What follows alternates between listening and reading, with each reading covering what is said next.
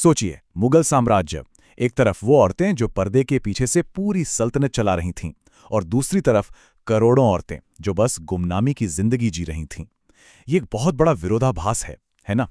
चलिए, आज इसी को समझने की कोशिश करते हैं। तो सवाल यही उठता है कि एक ही सल्तनत के अंदर औरतों के लिए ये दो बिल्कुल अलग दुनियाएं कैसे बन गईं? एक तरफ तो थी बेहिसाब दौलत और ताकत, और दूसरी तरफ थी सिर्फ गुमनामी और कड़ी मेहनत। ये कैसे मुमकिन था? तो ये हैं वो दो बिल्कुल अलग तस्वीरें।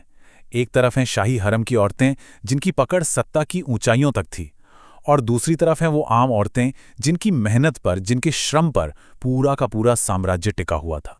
तो चलिए अपनी पड़ताल शुरू करते हैं उस जगह से जो हमेशा से रहस्यों से घिरी रही है, शाही जनाना, जिसे हम हरम भी कहते हैं। आखिर पर्दे के पीछे की इस दुनिया में चल क्या रहा था? अच्छा, अगर आप आईने अकबरी जैसे सरकारी दस्तावेज उठाकर देखेंगे ना, तो आपको लगेगा कि जनाना तो बस एक घरेलू जगह थी। लेकिन सच तो यह है कि ये दस्तावेज जानबूझकर औरतों की असली पॉलिटिकल पावर को छिपाने के लिए लिखे गए थे। लेकिन जो उस जमाने में यूरोप से यात्री आए थे, उन्होंने जो लिखा वो एक बिल्कुल ही अलग कहानी कहता है। उनकी नजरों में तो जनाना ही पावर का असली सेंटर था, वो जगह जहां से पूरी सल्तनत की किस्मत का फैसला होता था।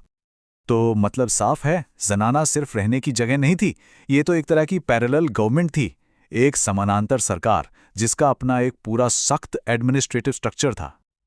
और देखिए, इस सिस्टम में हर औरत का एक तय पद था, एक तय जिम्मेदारी थी। सबसे ऊपर बादशाह की माँ यानी मरियम मकानी, फिर उनके नीचे दूसरी रानियां और बाकी रिश्तेदार। मतलब ये कोई ऐसा वैसा ग्रुप नहीं था, ये एक ऑर्गेनाइज्ड पावर सेंटर था।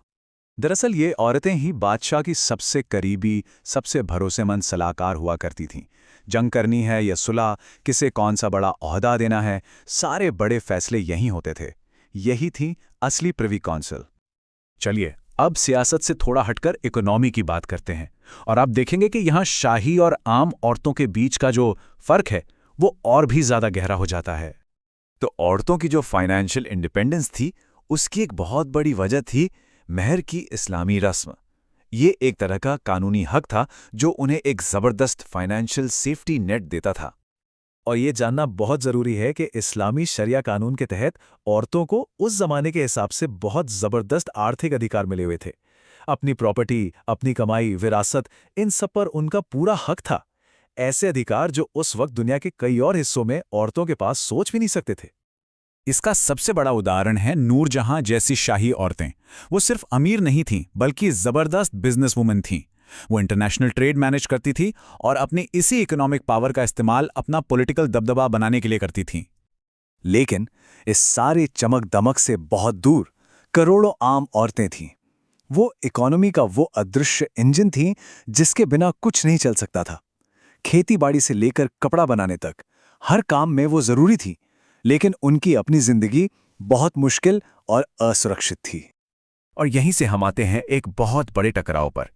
कानून जो कागज पर था और समाज की जो असली हकीकत थी, उसके बीच का टकराव। तो देखिए, एक तरफ तो कानून था जो औरतों को पूरी सुरक्षा दे रहा था, लेकिन दूसरी तरफ समाज की सच्चाई थी जहां पॉलीगैमी यानी बहुविवाह जैसी प्रथाओं की वजह से घर के अंदर की जिंदगी बहुत कॉम्प्लिकेटेड थी। तो मतलब यह हुआ कि कानूनी अधिकार एक सेफ्टी नेट की तरह तो थे, बिल्कुल थे, लेकिन एक औरत की रोजमर्रा की जिंदगी कैसी होगी, ये इस बात पर डिपेंड करता था कि परिवार और समाज में उसका स्टेटस क्या है, उसका दर्जा क्या है। अब एक और दिलचस्प बात, मुगल सल्तनत खुद एक एक्टिव सोशल रिफॉर्मर थी। मतलब बादशाह लगातार समाज में चले आ रहे रीति रिवाजों में दखल देते थे, उन्हें बदलने की कोशिश करते थे। और इसका एक बहुत बड़ा सबूत है सती प्रथा के खिलाफ उनका स्टैंड। आप सोचिए, लगातार 4 पीढ़ियों तक मुगल बादशाहों ने इस प्रथा को रोकने या कम करने की कोशिश की। ये एक बहुत लंबा और लगातार चलने वाला सुधार अभियान था। अकबर की पॉलिसी को देखिए, वो बड़ी प्रैक्टिकल थी। उन्होंने सती पर पूरी तरह से बैन लगाने की बजाय उसे रेगुलेट किया ताकि किसी विधवा को जबरदस्ती सती ना किया जा सके। ये एक तरह का पॉलिटिकल समझौता था ताकि धीरे धीरे बदलाव आए और ताकतवर हिंदू सरदार नाराज भी ना हों। तो आखिर में इस पूरी कॉम्प्लेक्स तस्वीर से हम क्या समझ सकते हैं, क्या टेक अवे है? तो देखिए, मुगल साम्राज्य में औरतों की कहानी कोई ब्लैक एंड व्हाइट कहानी नहीं है। ये ना तो सिर्फ आज़ादी की कहानी है और ना ही सिर्फ जुल्म की। ताकत थी, लेकिन वो कुछ चुनिंदा औरतों के हाथ में थी, जिन्हें कानून का, अपने ऊंचे क्लास का और सियासत का फायदा मिला हुआ था। तो आखिर में ये सवाल हमारे सामने खड़ा होता है, क्या मुगल सिस्टम शाही औरतों के लिए एक सोने का पिंजरा था, या फिर एक ऐसा चेसबोर्ड जहां उन्होंने बड़ी चालाकी से अपनी ताकत की बाजी खेली? शायद यही विरोधाभास हमें सिखाता है कि पावर हमेशा वैसी नहीं होती जैसी ऊपर से दिखती है।